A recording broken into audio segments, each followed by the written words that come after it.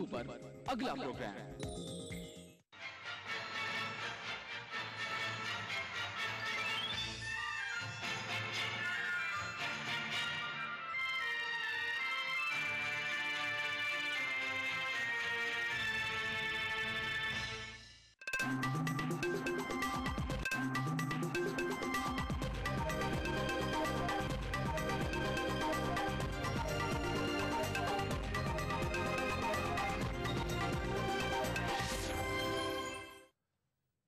नाज़रीन आदाब, TV Urdu news में आपका खैर मकदम है। आप देख रहे हैं खबरनामा। सबसे पहले नजर सुर्खियों पर। मुजरिम करार शुदा अवामी नुमाइंदों की खत्म होगी रुकनियत। अवामी नुमाइंदगी एक्ट की दफा 8(4) को सुप्रीम कोर्ट ने किया मुअत्तल। महाबोधि मंदिर धमाकों की जांच के लिए कायम की जा सकती है SIT। कार्रवाई में मकामी अफराद के मुलविस होने का शक। सोनिया गांधी और सुशील कुमार शिंदे ने महाबोधि मंदिर का किया दौरा। शिंदे ने कहा, हर जाविये से की जा रही है जांच। और RSS प्रचारकों की मीटिंग में हिस्सा लेने पहुंचे राजनाथ। पार्टी उमूर में RSS की मुदाखलत से किया इनकार।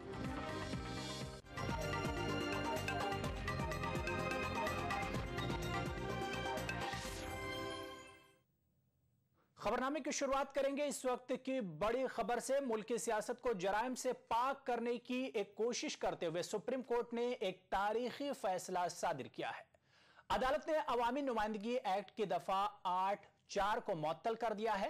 इस दफा के तहत किसी मुजरिमाना मामले में कसूरवार ठहराए जाने के बावजूद अरकान पार्लियामेंट और अरकान असेंबली की रुकनियत इस बुनियाद पर बरकरार रहती है कि फैसले के खिलाफ उसकी अपील अदालत में जेर गौर है। अदालत का कहना है कि ट्रायल कोर्ट के जरिए मुजरिम करार दिए जाने के साथ ही मुताल्लिका अवामी नुमाइंदे की रुकनियत खत्म हो जाएगी। अदालत ने कहा है कि बरी होने तक मुताल्लिका अवामी नुमाइंदा चुनाव नहीं लड़ सकेगा।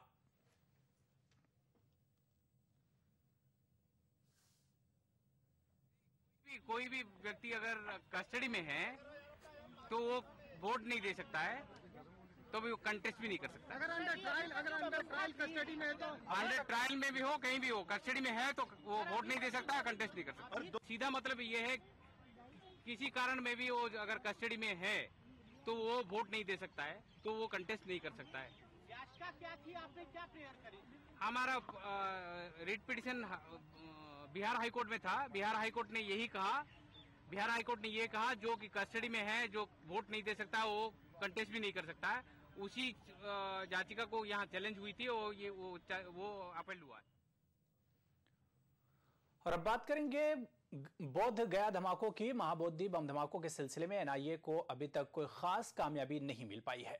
इसे शक है कि धमाकों के लिए मकामी लोगों का इस्तेमाल किया गया होगा। NIA ने इंडियन मुजाहिदीन और रोहिंग्या मुसलमानों के रोल को भी खारिज नहीं किया है। कौमी जांच एजेंसी ने धमाकों के बारे में सुराग देने वालों को 10 लाख रुपये इनाम देने का ऐलान किया है। जराये के मुताबिक जिंदा बरामद हुए बमों का DNA नमूना लिया जाएगा।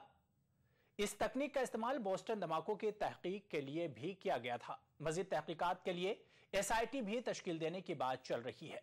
इसी बीच धमाकों के सिलसिले में पटना से हिरासत में लिए गए 4 अफराद को छोड़ दिया गया है।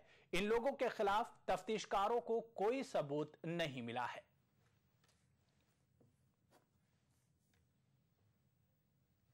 उधर NIA ने महाबोधि धमाकों के सिलसिले में JDU के तलबा विंग के जनरल सेक्रेटरी गुंजन पटेल से लंबी पूछताछ की है। यह पूछताछ CCTV फुटेज की बुनियाद पर की गई है। इस फुटेज में गुंजन पटेल की कार नजर आ रही है और खुद गुंजन भी मुश्तबा हालत में घूमते हुए दिखाई दे रहे हैं।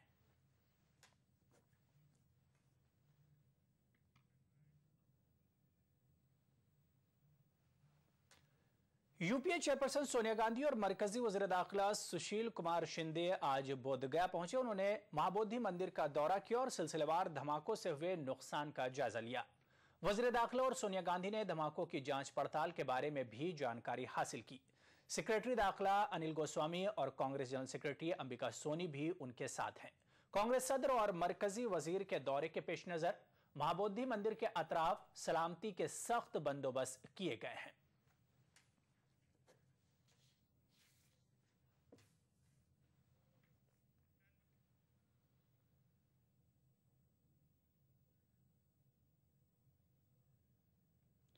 उधर मरकजी वज़ीर दाखिला सुशील कुमार शिंदे ने बोधगया सिलसिलेवार धमाकों की हर जाविये से जांच की यकीन दहानी कराई है। वज़ीर दाखिला ने मजीद कहा कि जांच एजेंसियां जल्दबाजी में बेकसूर अफराद को गिरफ्तार नहीं करना चाहती, यही वजह है कि तफसीली जांच की जा रही है। 6 के बीच में ही ये सब हो गए, इसका मतलब रात में कभी तो ये रखे हुए हैं। हम पूरी इन्वेस्टिगेशन इस पे कर रहे हैं। शायद इसमें 3-4 आदमी भी हो सकते हैं, कार हो सकती है। देखिए, इसके बारे में मैंने अभी वो पूछ ले लिया। अक्टूबर में जो इन्फॉर्मेशन हमने दे दी थी उस पर उसके बाद भी दिल्ली पुलिस ने इन्फॉर्मेशन दे दी थी और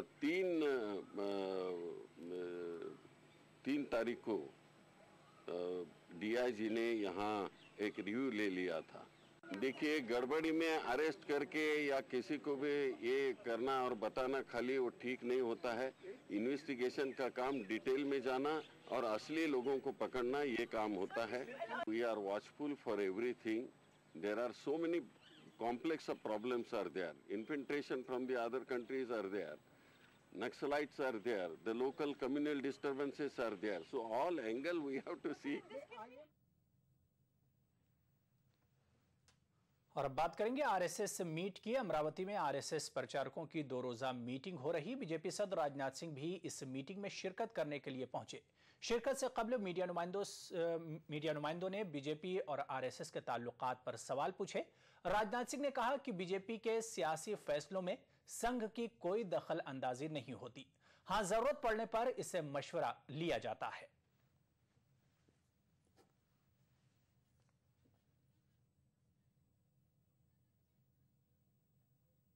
एजेंडा के संबंध में मुझे जानकारी नहीं है, लेकिन मैं अपनी व्यक्तिगत बातचीत करने के लिए यहाँ पर आया हुआ। कुछ ऐसे मुद्दे हैं, कुछ विषय हैं जिन पर कि मुझे कुछ ऐसे प्रमुख लोगों के साथ विचार विमर्श करना था, जिस कारण यहाँ पर आया हुआ। राजनाथ जी, कहा जा रहा है कि नरेंद्र मोदी को पीएम पद का उम्मीदवार घोषित करने के लिए बीजेपी पूरी तरह तैयार है, संघ परिवार पूरी तरह तैयार है। इस मीटिंग में इस विषय पर डिस्कशन होने वाला है कुछ? मैं समझता हूँ कि यहाँ पर इस प्रकार का कोई डिस्कशन नहीं होता है और जो भी निर्णय होगा भारतीय जनता पार्टी के स्तर पर निर्णय होगा और उसकी जानकारी आप लोगों को समय समय पर मिलती रहेगी। कांग्रेस लीडर रेणुका चौधरी ने आरएसएस प्रचारकों की मीटिंग में नरेंद्र मोदी को वजारत उज़्मा का उम्मीदवार चुने जाने के इम्कान पर कुछ यूं रद्द-ए-अमल जाहिर किया। मंथन चल रहा है अमरावती में 3 दिनों का, उसके बाद तय करेंगे नरेंद्र मोदी को प्रधानमंत्री। बेचारे 3 दिन में क्या आएगा, देखा जाएगा। ये तो नहीं, कोई बात नहीं। ट्रेलर दिखाते दिखाते थक गए, पिक्चर देखने का शौक ही नहीं है। मंथन के बाद कुछ अमृत निकलता है, ऐसा माना जा रहा है। समुद्र मंथन के बाद अमृत निकला था। 3 दिन के मंथन के बाद पहले उनके गले में जो फंसा है ना निगल सकरे ना थूक सकरे, पहले उसका इलाज करे, बाद में मंथन में क्या निकलेगा देखा जाएगा। खबर केरला से है, जहां के सोलर पैनल घोटाला मामले पर आज अपोजिशन एलडीएफ की कॉल पर 12 घंटे का रियासतगीर बंद बनाया जा रहा है। बंद का मिला जुला असर देखा जा रहा है। सरकारी और निजी ट्रांसपोर्ट सड़कों से नदारद हैं, दुकानें और होटल भी बंद हैं। रेल से पहुंचे मुसाफिर ट्रांसपोर्ट नहीं होने से रेलवे स्टेशनों पर फंसे हुए हैं। पुलिस के मुताबिक कुछ इलाकों में निजी गाड़ियों पर पथराव किया गया है। रियासत में सिक्योरिटी के सख्त बंदोबस्त किए गए हैं।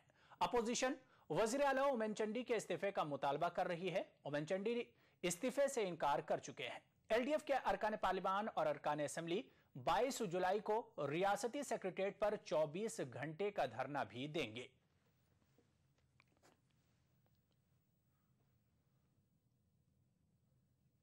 Demand is a very logical and reasonable demand. What are we saying?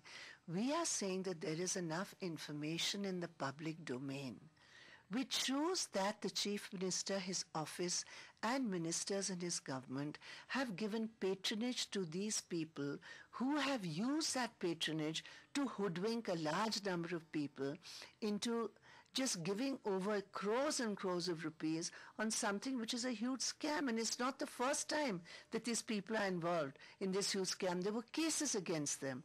Now, in that situation, it's a logical demand to say, have a judicial probe, a time-bound judicial probe into this.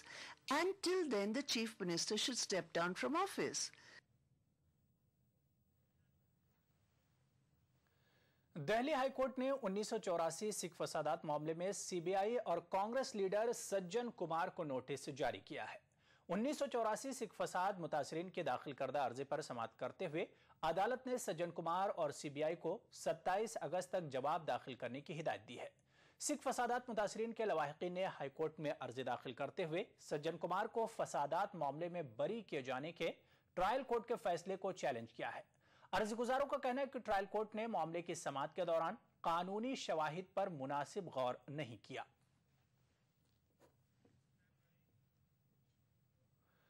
खबर मुंबई से, जहां के एंटॉप हिल इलाके में मूसलाधार बारिश के सबब मिट्टी के तोदे खिसक गए, जिसकी वजह से 2 अफराद की मौत हो गई, जबकि कई अफराद के अब भी मलबे में दबे होने का अंदेशा है। 5 अफराद को मलबे से निकाल लिया गया। मकामी लोगों का कहना है कि पहाड़ी इलाके में मकान तामीर किए जा रहे हैं, जिसके नतीजे में वहां मिट्टी के तोदे खिसकने का खतरा हमेशा बना रहता है।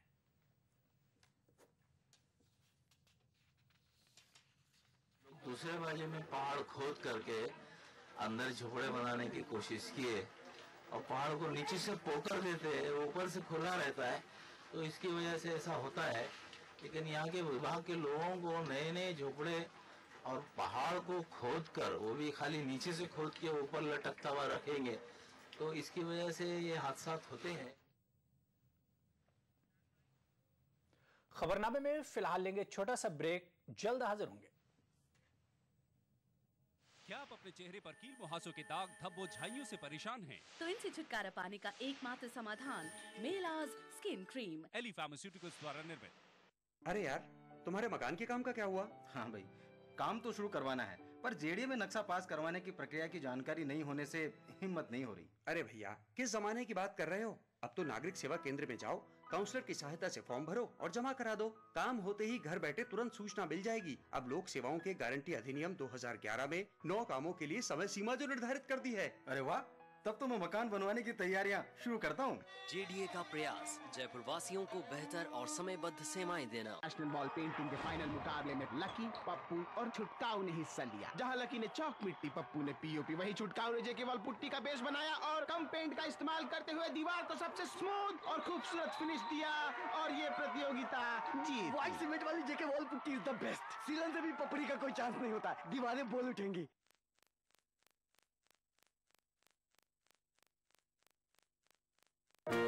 बिछड़ेंगे तो मर जाएंगे हम दोनों, एक डोर में है हमको ये दर बांधे हुए। मैं ख्वाब में इस मुल्क का नक्शा बनाता हूँ। मुझे अपनी वफादारी पे कोई शक नहीं होता। मैं खूने दिल मिला देता हूँ जब झंडा बनाता हूँ। हिंदू और मुस्लिम मुल्क की 2 आंखें हैं। अपने मुल्क की तरक्की और खुशहाली का काम हिंदू और मुस्लिम एकता के जरिए किया जा सकता है। मजहब नहीं सिखाता आपस में बैर रखना। हिंदी हैं हम, वतन है हिंदुस्तान हमारा।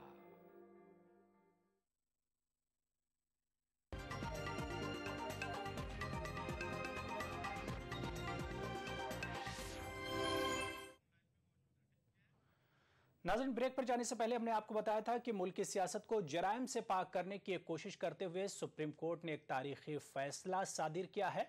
अदालत ने अवामी नुमाइंदगी एक्ट के दफा 8(4) को मुअत्तल कर दिया है। इस दफा के तहत किसी मुजरिमाना मामले में कसूरवार ठहराए जाने के बावजूद अरकान पार्लियामेंट और अरकान असेंबली की रुकनियत इस बुनियाद पर बरकरार रहती है कि फैसले के खिलाफ उसकी अपील अदालत में जेर गौर है। अदालत का कहना है कि ट्रायल कोर्ट के जरिए मुजरिम करार दिए जाने के साथ ही मुताल्लिका अवामी नुमाइंदे की रुकनियत खत्म हो जाएगी। आइए इस मामले पर अपने नुमाइंदे सुनील से बात करते हैं, जो हमारे साथ फोन लाइन पर दिल्ली से जुड़ चुके हैं। सुनील, सबसे पहले जानना चाहेंगे कि हिंदुस्तानी सियासत के लिए जो लीडरान हैं उनके लिए सुप्रीम कोर्ट का एक तारीखी फैसला आज आया है। निश्चित तौर से अगर अब जो फैसला आज सुप्रीम कोर्ट ने सुनाया है, इससे जो है जितने भी दागी यानी कि जो पहले से ही कोर्ट के द्वारा जो है दोषी करार दिए जा चुके हैं और जिनको 2 से अधिक साल की सजा मिली है, वैसे सांसदों के ऊपर या विधायकों के ऊपर एक सुप्रीम कोर्ट का खड़ा चाबुक चला है।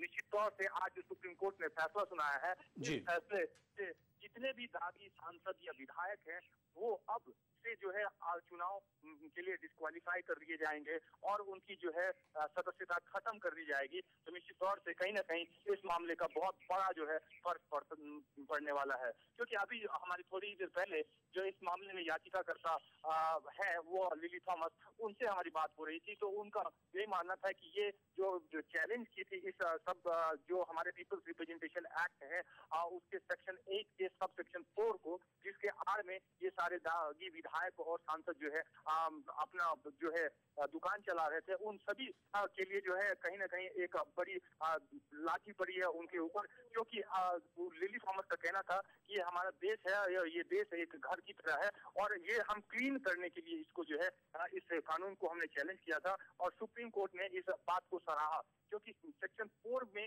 जो सब क्लॉज 4 है उसमें यही कहा गया था कि अगर किसी दागी सांसद या विधायक की याचिका अगर पेंडिंग पड़ा हुआ है, चाहे वो किसी भी एपीलेट कोर्ट में यानी कि हाई कोर्ट या सुप्रीम कोर्ट में, तो वैसी स्थिति में वो जो है चुनाव लड़ सकते हैं, चुनाव से उन्हें डिस्क्वालीफाई नहीं किया जा सकता है और उनकी सांसद या विधायक की जो सदस्यता है वो बरकरार रहेगी।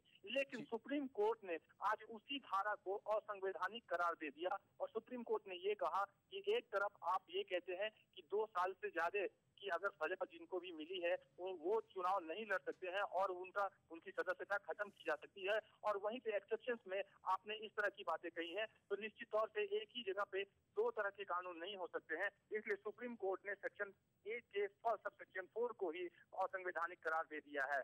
ये तो निश्चित तौर से कहीं ना कहीं इसका जो है बहुत दूरगामी प्रभाव पड़ने वाला है और अब जो है आने वाले समय में ऐसे जो है नेता हमारे देश में उभर करके आएंगे जो बिल्कुल ही राजी नहीं होंगे।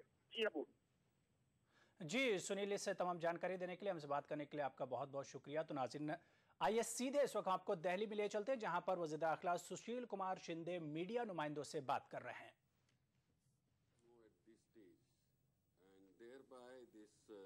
First of all, the Bihar police was inquiring. Now the case is handed over to NIA. So NIA will go into the details and find out who is wrong at what time. Sir, पिछले कुछ दिनों से देखा जा रहा है जिस तरीके से IB CBI एक दूसरे के खिलाफ लड़ाई कर रही है, जो अविश्वास का माहौल बन रहा है, आपको लगता है कि नेशनल सिक्योरिटी के लिए ये खतरा है? क्योंकि बोधगया में जिस तरीके से ब्लास्ट हुआ जब एजेंसीज आपस में लड़ाई कर रही थी। देखिए, ये बड़ा सेंसिटिव मैटर है, कौन सा किसमें खतरा है ये हमें भी मालूम है, लेकिन हमें ये जो भी सब हमारी एजेंसीज है उसकी एक आइडेंटिटी होती है जिसकी। उधर महाबोधि मंदिर पर दहशतगर्दाना हमले की बौद्ध ममालिक में मजम्मत की जा रही है। ऐसे में वजीर खारजा सलमान खुर्शीद गया है, लेकिन उन्होंने महाबोधि मंदिर जाना जरूरी नहीं समझा। खुर्शीद गया से सीधे औरंगाबाद चले गए, जहां उन्हें अनुग्रह नारायण सिंह की समाधि पर खराज अकीदत पेश करना था। ताहम सलमान खुर्शीद ने धमाकों की मजम्मत की और सिक्योरिटी इदारों को मजीद अलर्ट रहने का मशवरा दिया। कांग्रेस और JDU की बढ़ती कुर्बत भी वजीर खारजा के बयान से साफ झलक रही थी।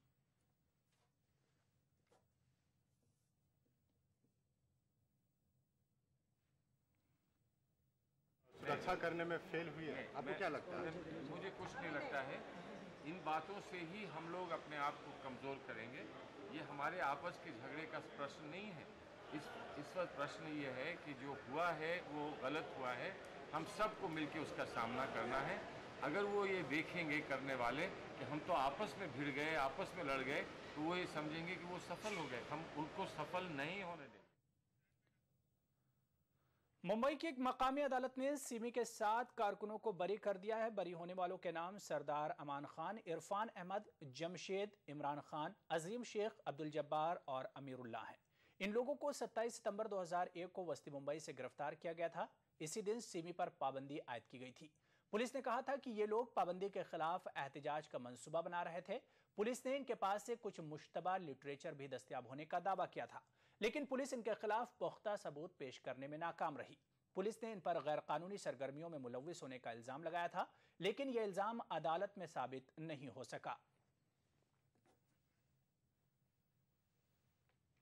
बात करेंगे शाहजहां फर्जी इनकाउंटर मामले की। इस मामले में सीबीआई ने अपनी चार्जशीट में गुजरात पुलिस के 11 पुलिस एहलकारों को गवाह बनाया है। यानी गवाह के तौर पर पेश किए गए इन 11 पुलिस एहलकारों को सीबीआई ने FIR में मुलजिमीन के तौर पर पेश किया था, लेकिन इनका नाम चार्जशीट में शामिल नहीं किया है। उधर सीबीआई अदालत ने नरेंद्र अमीन की जमानत अर्जी को मुस्तरद कर दिया है। मरकजी जांच एजेंसी सीबीआई ने 2004 में हुए इशरत जहां फर्जी इनकाउंटर मामले में 3 जुलाई को अपनी चार्जशीट दाखिल की है।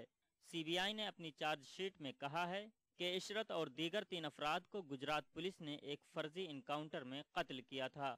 इस मामले में गुजरात पुलिस के 11 एहलकार ऐसे हैं जिन्हें सीबीआई ने एफआईआर में मुल्जिम करार दिया था, लेकिन चार्जशीट में उनका नाम शामिल नहीं किया है। एजेंसी ने उन्हें इस मामले में आईनी गवाह बना लिया है।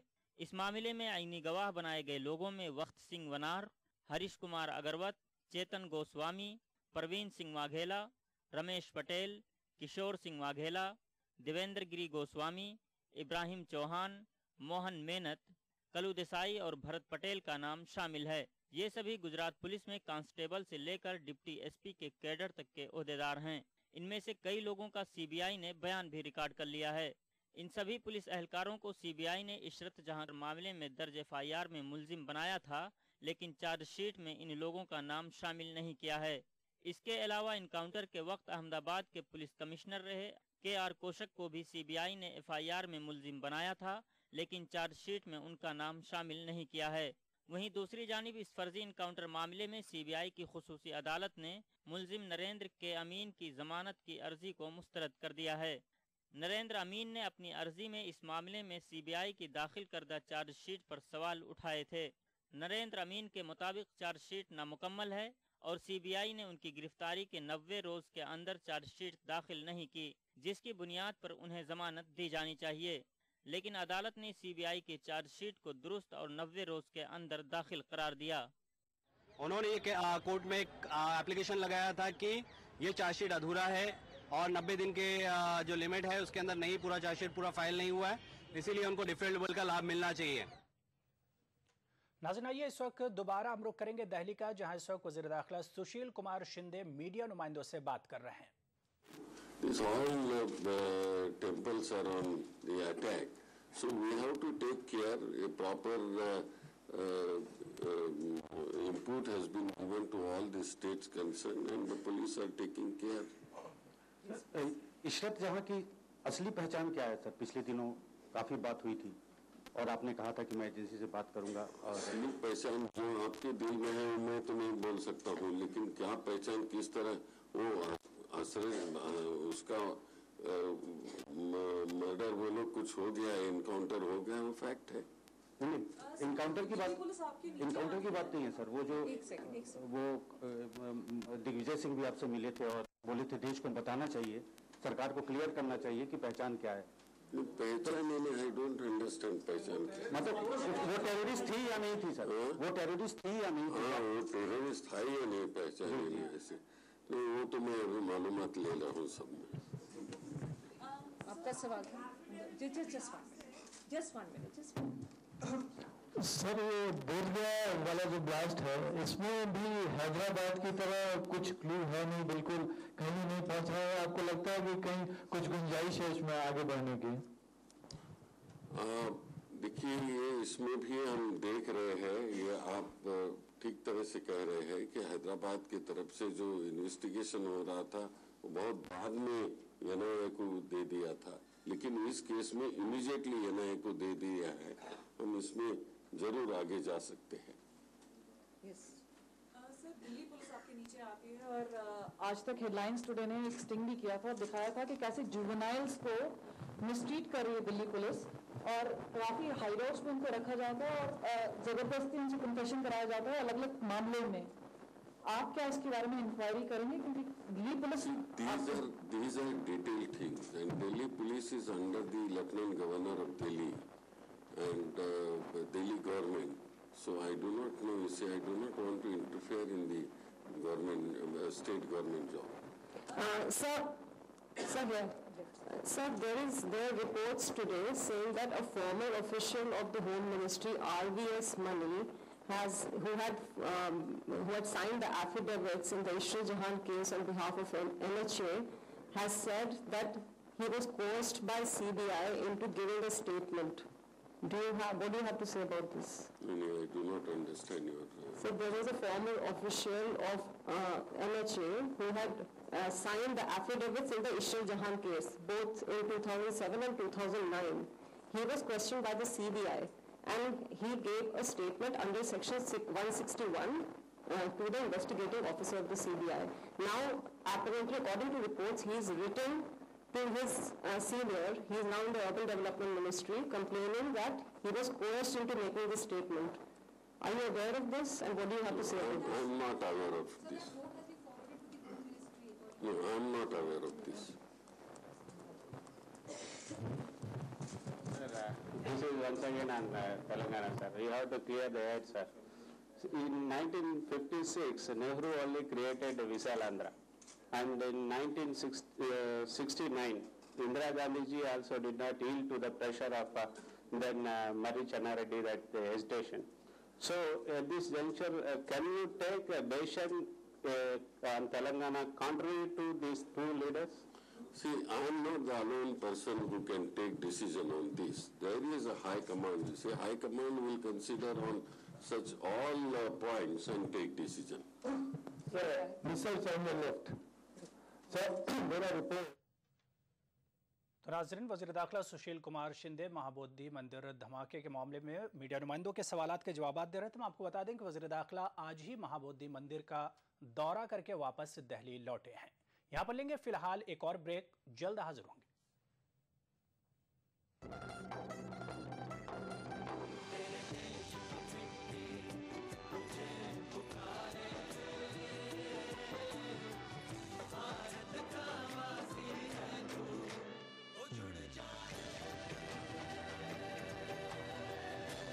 मिट्टी से ही शान, मिट्टी से ही पहचान। तो बनिए हिस्सा नेशनल पॉपुलेशन रजिस्टर का। कैंप्स शुरू हो चुके हैं। राष्ट्रीय जनसंख्या रजिस्टर, मेरी पहचान, मेरा अभिमान। Desh Bhagat University, a center of innovation, research and entrepreneurship. International standard UG, PG and doctorate program. Desh Bhagat University, Punjab, your freedom to grow. CT Group of institutions known for the best education, best results, best placements. Think of career, think of CT. क्या खास है आज इफ्तार में? Brown and Polson custard powder इफ्तार खास बनाए।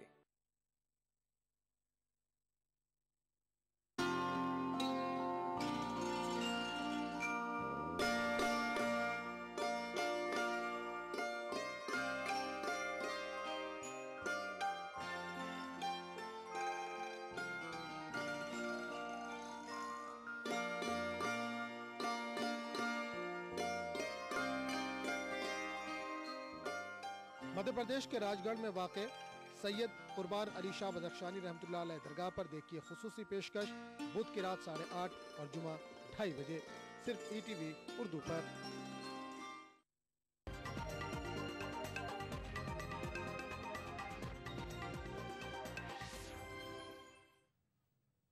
सितंबर में न्यूयॉर्क में होने वाले अक़वाम मुत्तहिदा के सालाना इजलास में पाकिस्तान के वज़ीर आज़म अपने हिंदुस्तानी हम मनसब मनमोहन सिंह के साथ अलहदा मीटिंग कर सकते हैं। नवाज शरीफ के कौमी सलामती और खारजा उमूर के सेक्रेटरी सरताज अजीज़ ने इस बात की जानकारी दी। ताहम पाकिस्तान की वज़ारत खारजा की जानिब से अभी तक ऐसी कोई जानकारी नहीं दी गई है। सरताज अजीज़ के मुताबिक मीटिंग में बाहिमी ताल्लुकात, मकामी हालात के अलावा दीगर मौज़ूआत पर तबादला ख्याल किया जाएगा। सरताज ने वाज़ेह किया कि ब्रुनाई में हिंदुस्तान के वज़ीर खारजा ने भी सितंबर में दोनों वज़ीर आज़म की मुलाकात के राह हमवार करने पर इत्तेफाक किया था। वाज़ेह कि नवाज शरीफ के वज़ीर आज़म बनने के बाद उनकी अपने हिंदुस्तानी हम मनसब से ये पहली मुलाकात होगी।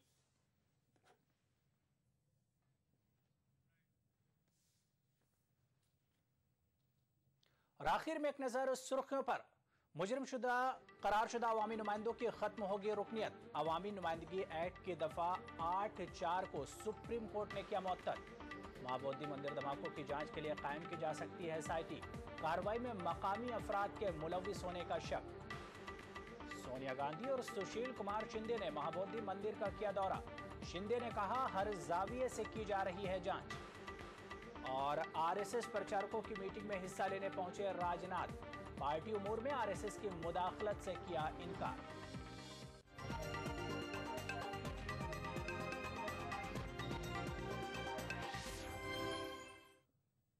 खबरनामे में फिलहाल इतना ही। आदाब।